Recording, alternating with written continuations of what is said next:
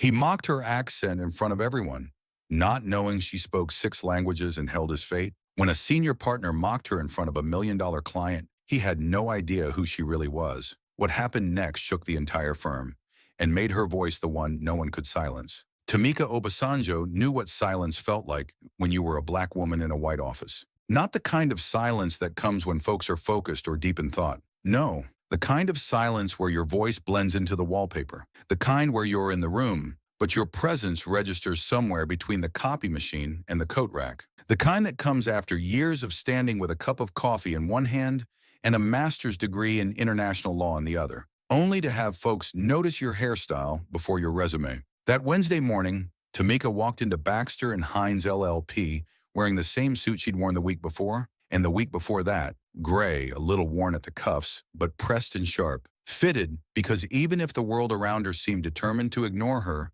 she wasn't about to ignore herself. Respect, after all, starts in the mirror. She arrived early as always. That was rule number 1 in her book. Early is on time, and on time is too late, especially when you're black, female, and working in a place where everyone assumes you're part of the janitorial staff until proven otherwise. A manila folder sat neatly on her desk, briefing documents for a high-stakes meeting with a Dutch client worth $38 million in potential contracts. But of course, no one had asked who'd be translating. No memos, no planning. Just the usual corporate shrug, like smiling broadly in English would somehow bypass the entire language barrier. She could already smell it, and it wasn't the ink on the paperwork. It was arrogance, laced with a sprinkle of negligence, served on a tray of entitlement. The conference room looked like the inside of a crypt. White walls, dead air, the smell of sterile ambition. Mr. James Collins, partner at the firm and living embodiment of what happens when too much privilege meets too little self-awareness, stormed into the room like someone had just lost him a bet at the country club. Collins was white, and not just by skin. He was the kind of white that wore his Harvard ring even in the shower, the kind that said diversity like it was a foreign concept, and acted like every room was his personal stage. His expression? Picture someone who just got double bogeyed on hole 18 and now needed to reassert dominance over the nearest breathing organism. He looked around and immediately barked, "Where the hell is the translator? Who's handling logistics around here? Craigslist? This isn't a farmer's market." Enter the moment, the kind that changes things, not with shouting or fists, but with clarity and calm. Tamika did the unthinkable.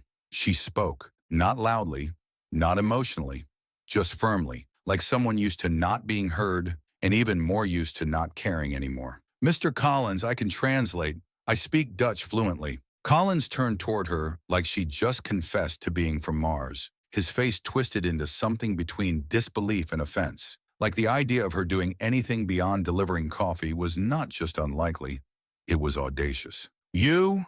he scoffed, practically laughing. "Look, coffee service is one thing, but let's not pretend you know where the Netherlands even is.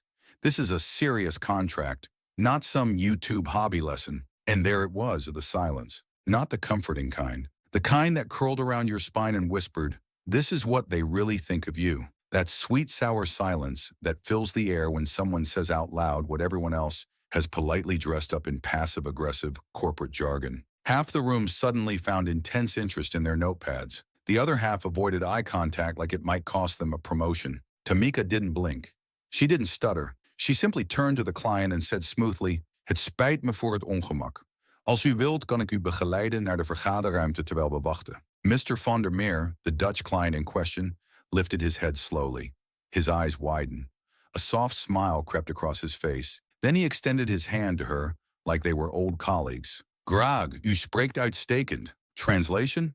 "Gladly, your Dutch is excellent." And just like that, they left the room together. She walked ahead with grace. He followed with respect. And James Collins? He stood there like he'd bitten into a lemon, rind and all, his ego shriveled like a wet napkin. The secretary, Karen, who'd witnessed the whole thing without looking up from her iPad, leaned over to the assistant next to her and whispered. She just leveled him, in a different language, without raising her voice. The rest of the day was a slow burn. No applause, no congratulations, just a thick, creeping awareness trailing behind her like a storm cloud that hadn't quite decided when to break. Collins didn't speak to her again that day, but as he passed her desk, she caught his voice, low and bitter. "Discipline must be maintained. Hierarchy matters. Classic. Know your place." That phrase had followed her like a second shadow for years, in college, in internships, in boardrooms. It lived in the pauses before compliments, in the way people looked past her in meetings, in the way they always asked her to fetch things, never lead things. She knew that place. It smelled like overbrewed coffee, felt like invisibility, and sounded like maybe next time. And yet she hadn't landed at Baxter and Hines by accident. She held a degree from the Sorbonne. She'd worked cases in The Hague. She translated legal briefs for international courts and held roundtables with diplomats. Her words had carried weight in multiple languages, just not in her own office. Here she was the one with the accent and coffee, always black, just like her. By lunchtime, the air was molasses thick. Collins had locked himself in the boardroom.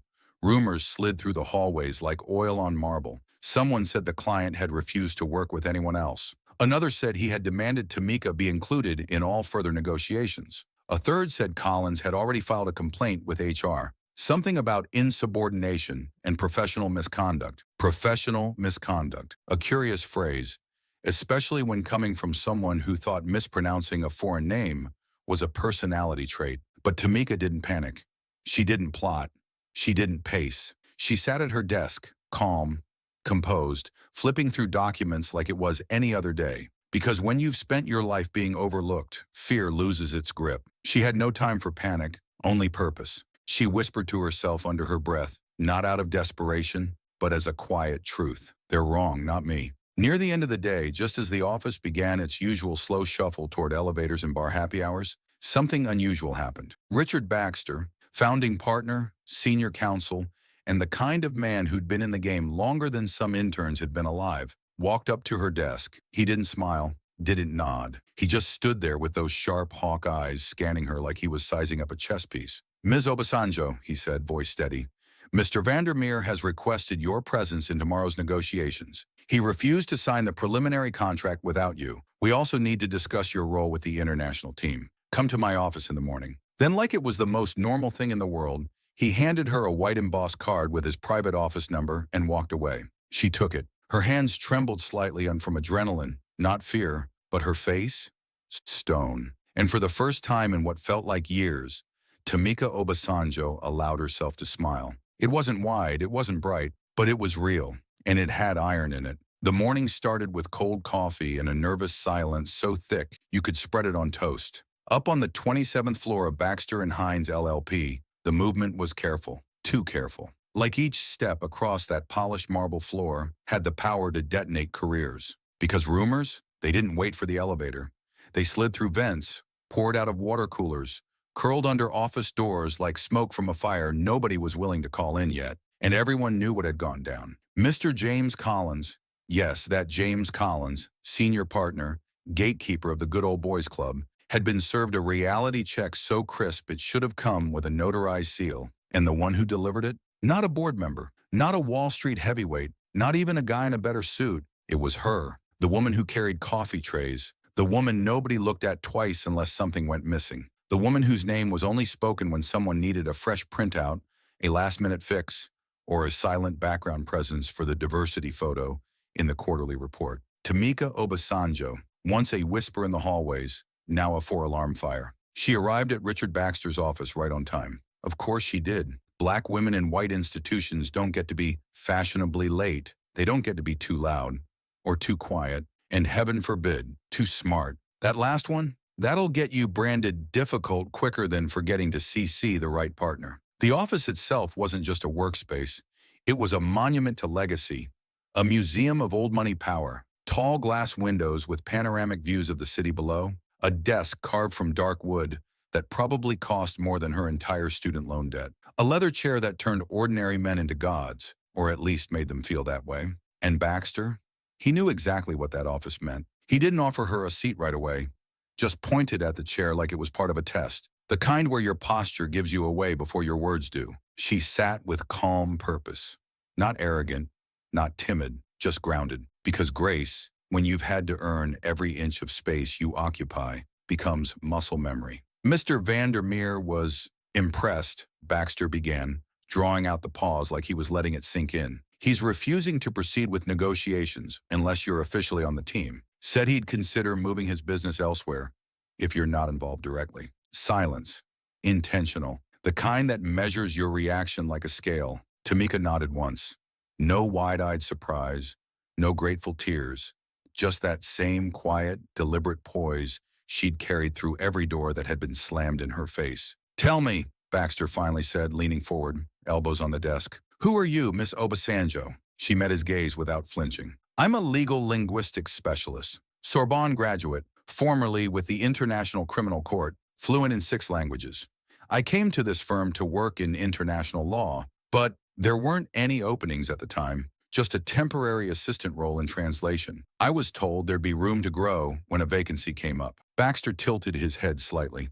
A subtle acknowledgement, not quite approval, but something close. "And you took it?" "I did, because in every interview I went to, my accent was a concern for client comfort, and my skin tone didn't fit the firm's image." He didn't respond right away, but the corner of his mouth twitched, something between a frown and a grimace. He knew she wasn't lying. "Miss Obasanjo," he said slower now, "you're aware that Mr. Collins filed an internal complaint against you last night?" She didn't blink. "He claims you violated hierarchy protocol, embarrassed a senior colleague in front of a client, and acted outside of procedure." Tamika let out a low, wry chuckle, the kind that comes from having had enough. "So, he wants me to apologize for not being a white man in a tailored suit?" Baxter leaned back in his chair, as if he'd been waiting for her to say that. And truth be told, maybe he had. "Number. He wants you to be quiet, but I'm not particularly interested in silence, just to preserve someone's comfort." He opened a drawer and slid a folder across the desk.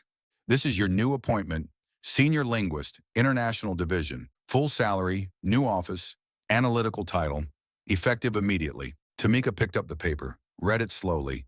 His signature, bold, fluid, unapologetically confident, stared back at her like a final word. "Why?" she asked quietly. "Why now? Why step in?" He looked at her for a long moment, not coldly, not kindly, just directly, like a man seeing someone for the first time, even though she'd been there the whole time. "Because yesterday you said something I've waited 10 years to hear from any of my partners. You didn't even bother to ask who speaks the client's language." He stood. "Then you showed us all what that language sounds like when spoken by someone we'd mistaken for furniture." The news hit the office like thunder in a library. "Did you hear? They promoted her." "Who?" "The one with the coffee." "Wait, her? The Dutch translator?" "Yeah, Collins is gonna lose it." And oh, did he? He stormed through the hallway, slamming doors like he was conducting a symphony of tantrums. At one point, the glass door of the negotiation room shook so violently the receptionist nearly spilled her latte. He barked about damage to protocol, organizational erosion, and breakdowns in traditional structure. At lunch, he said loudly to no one in particular, "This has nothing to do with race. It's about order and discipline." No one replied, because that day nobody was listening to him. They were too busy watching Tamika sign off on paperwork Collins had spent a month preparing. Later that evening, the elevator doors closed with a soft thud. Inside were just 2 people, Tamika, holding her promotion papers, and James Collins, fuming in silent rage. He didn't look at her, but as the elevator descended, he muttered through clenched teeth, "Hope you're satisfied with yourself." She didn't turn, didn't blink, just replied, "I'm satisfied that someone finally heard more than just my accent." The elevator dinged. He stepped off without another word. She remained, documents in hand, new title pinned to her chest, and the same face, the one they never really noticed, until it spoke. The next day, Tamika Obasanjo walked into the negotiation room like someone who belonged, not as a shadow waiting to be summoned, not as background decor to someone else's authority, but as the reason the meeting was happening at all. There was a new plaque on the door. It gleamed under the office lights, her name etched in fine, confident lettering, Tamika Obasanjo, Senior Linguist, International Division. That small rectangle of brushed metal didn't erase 6 years of invisibility, but it did something heavier. It shifted the atmosphere. The badge was different, yes. So was the tablet in her hand, sleek and customized with her credentials. But the real shift wasn't in her accessories. It was in the eyes that followed her into the room, because they saw her now, and seeing her changed the game. Inside, the client was already seated. Mr. Vandermeer, the type of man who could purchase half the financial district and never bothered to check the receipt, stood the moment she entered. That gesture, small as it may seem, sent a ripple through the room like the first crack of thunder before a storm. "Guten Morgen, Mevrouw Obasanjo." Fijn u weer te zien, he said warmly. Tamika smiled, not from some place of meekness or deference, but from self-possession. Het genoegen is geheel aan mijn kant, she replied. The pleasure is entirely mine. She took her seat at the head of the translation team, but today she wasn't just the bridge between tongues. She was the pulse of the meeting. The tension didn't wait long to arrive. Right behind her, like clockwork, came James Collins. If glares were weapons, the room would have needed a ballistic shield. The way he sat down, stiff, clenched, that tie knotted like it was strangling his pride, said it all. He wasn't here for negotiation. He was here for control. Too late. Because for the first time, the power in the room had already shifted, and it had shifted toward the woman whose voice he had tried to silence. The meeting commenced with formal pleasantries, but beneath the surface was a war of intent. Where Collins was used to dominating rooms with bluster and legalese, Tamika operated with precision. She wasn't just translating sentences, she was interpreting subtext. When the European delegation floated phrases like flexibility in pricing, Tamika knew what they meant. They weren't asking, they were baiting, probing for weakness, searching for a crack to widen. When they said potential collaboration, what they really meant was, we're not sold, but we'll listen, for now. And every time she adjusted her phrasing to preserve the client's dignity while aligning intent, Collins hissed, "That's not what I said." Tamika didn't flinch. "It's what you meant," she replied, eyes never leaving the client. Vandermeer listened to her. Intently, gratefully, the entire room knew it. The weight of his gaze no longer shifted to the loudest voice. It settled on the clearest. Then came the moment. Midway through, Vandermeer requested a revision to a licensing clause, one that affected a key export term, a small change on paper, a massive shift in power dynamics. Collins, of course, objected immediately, with volume. "That contradicts our internal standards. We can't possibly—" Tamika raised her hand. Yes, raised it. Not out of submission, but to reclaim the floor with the same grace she'd always carried. Everyone froze. She reached for the remote, activated the projector, and displayed a document, smooth, clear, formatted to the last comma. "Met uw toestemming zou ik u graag een voorstel laten zien dat beter aansluit bij uw marktbehoeften," she said. "With your permission, I'd like to present a proposal that aligns more directly with your market's regulatory framework." On screen was a revised draft of the agreement, tailored perfectly to Dutch and Belgian trade requirements. Collins sputtered, jaw slack. Who prepared this?" Tamika kept her eyes on Vandermeer. "I did, last night," she answered calmly. "I reviewed export standards via the European Chamber of Commerce database and modeled the structure accordingly. Silence, not the kind that smothers, the kind that commands. Solid, irrefutable, the kind built from credibility." After the session ended, on a handshake, a smile, and a quiet declaration of confidence from the client, Vandermeer pulled Richard Baxter aside. With one firm pat on the shoulder, he said, "I don't know how you found her, but do not lose her. Next time, if she's not in the room, I won't be either." And that was that. Baxter gave a nod. No smugness, no performative thanks, just an understanding. This wasn't his win. Collins left without a word. No handshake, no farewell, just vanished down the corridor like a man fired from his own retirement party. Hours later, the thunder returned. Collins stormed into Baxter's office like a man holding on to the last thread of an unraveling empire. He slammed the door, because some men think noise is still power, and launched straight in. "This is a farce, Richard. You've turned this firm into a politically correct circus." Baxter, sitting calmly, didn't blink. "No, James. I'm doing what I should have done a decade ago, listening to the people we trained ourselves not to hear." She embarrassed me in front of a client. "No, James, you embarrassed yourself.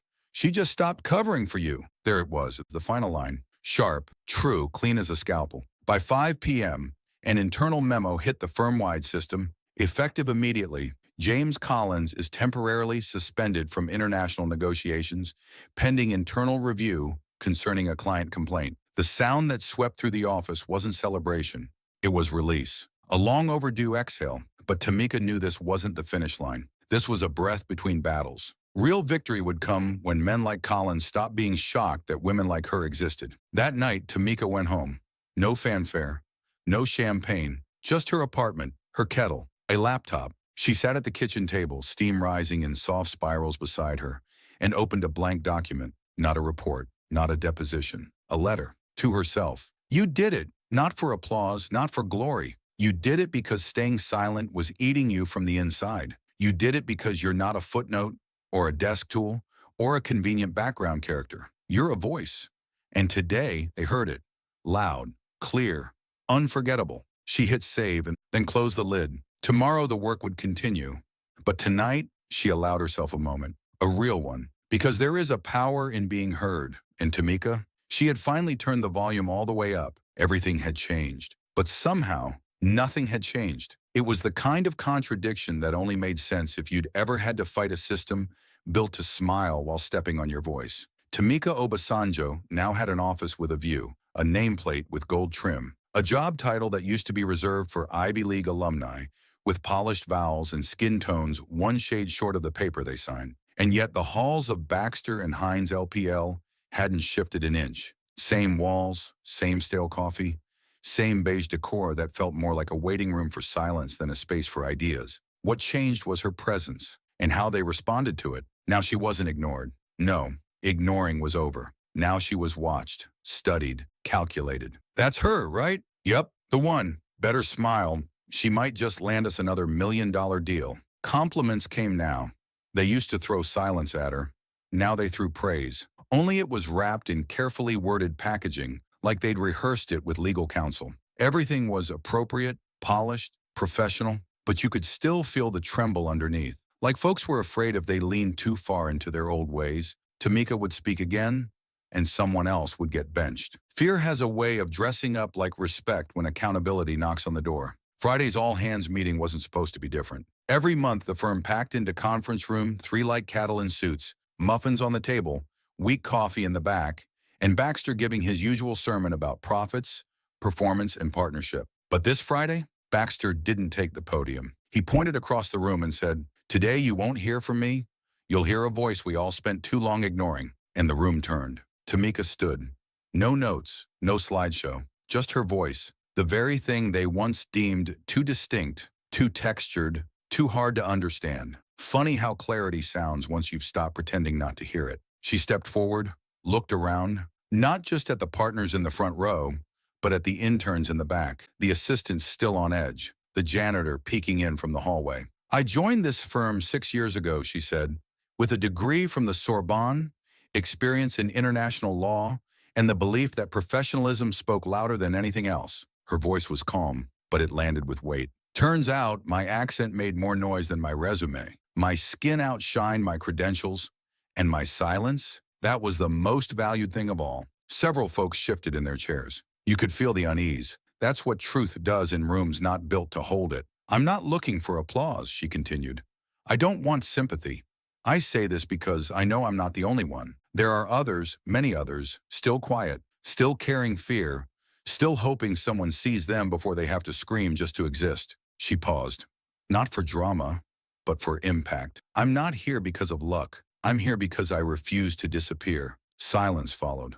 Not awkward, reverent. After the meeting, people approached. Some with questions, some with apologies they hadn't known how to say for years. Some just wanted to shake her hand. Like touching her might pass on a little of what she carried. But it was the young woman from HR who stayed with her. Early 20s, Latina, braids pulled tight, eyes that held back something bigger than words. She walked up, eyes steady. "Gracias por hablar," she said quietly. "Usted cambió todo." Tamika didn't cry, but her spine straightened a little more. Because this was the point. She wasn't a figurehead. She was a starting point. A spark in a building too used to fluorescent lighting and dead air. Meanwhile, James Collins still walked those same halls, just not the same way. His office had been moved, smaller, darker, one window facing the alley. A temporary assignment, they said. While things are reviewed, but everyone knew. He no longer touched the big contracts. No one waited for his input. He was now what she used to be, a fixture in the background, a silent presence, an afterthought. One afternoon, they crossed paths in the hallway, their first face-to-face since the day she'd turned that boardroom into a courtroom. He looked at her. Something inside him shifted. Not enough to apologize, but enough to recognize the loss. "Are you satisfied?" he asked, his voice low, empty of the command it used to carry. Tamika didn't flinch. "I'm satisfied that at least one person in this building now understands what it feels like to be unseen. And that being invisible doesn't mean you lack value. It means the people around you lack vision." He didn't respond, because there was nothing left to say. A month later, Tamika launched an internal initiative, the Language and Equity Program. It was designed for employees with international backgrounds, those whose first language wasn't English. It provided support for communication, legal literacy, and career development. Every Wednesday at 6 p.m., the same break room where she used to refill coffee became a gathering space. People showed up, unsure at first, hesitant, but they kept coming. They came for guidance, for courage, for her. And Tamika, she showed up, week after week, not as a savior, but as proof. Proof that the fight was worth it. Proof that voices once buried could move mountains. One night, as she sat in her new office, a room she earned, not inherited, an email came in. It was from the Dutch Bar Association, a nomination, submitted by Mr. Vandermeer himself, for exemplary contribution to cross-cultural legal collaboration and justice in international representation. The letter ended with, "You didn't just speak, you silenced bias. Thank you for being our voice across the ocean." Tamika closed the email and smiled, not from pride, from peace. The next morning, an envelope lay on her desk. No return address. Inside, a handwritten note. "You broke down walls we hid behind for years. Thank you for teaching us not to be afraid to speak." Tamika held the paper for a long time because it wasn't signed, and that made it more powerful. Someone out there, maybe an assistant, maybe a partner, had found their voice because she'd used hers. The walls still stood, but the cracks were growing. She never made the cover of a magazine, never gave a TED Talk, never ran for office, but she did something bigger. She rewrote what it meant to belong. She proved that an accent is not a weakness, it's a power. That language, when used without apology, can shake the floor of any room. And James Collins, he stayed, still walking those halls, still listening. Because once you've heard a voice that refuses to shrink, you never forget the sound.